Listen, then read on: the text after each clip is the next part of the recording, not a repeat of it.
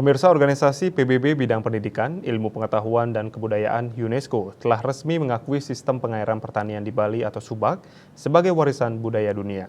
Namun di tengah minimnya minat masyarakat untuk bertani, sebagai salah satu dampaknya pesatnya perkembangan pariwisata, banyak sawah beralih fungsi. Jika dibiarkan, bukan tak mungkin Subak hanya tinggal nama.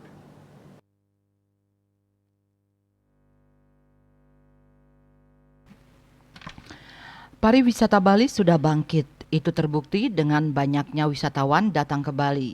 Kebangkitan pariwisata tidak hanya terlihat dari kedatangan turis, tetapi juga munculnya objek-objek wisata baru.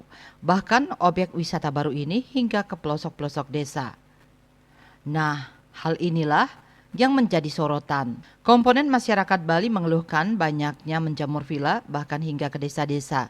Ini dengan alasan asal pajak masuk daerah, jadilah villa berdiri di lahan subur alias mencaplok pertanian basah. Jika tidak dibatasi, desa di Bali dikhawatirkan akan jadi lautan villa. Desa wisata hilang. Warga menjual lahan dan tata ruang desa terganggu.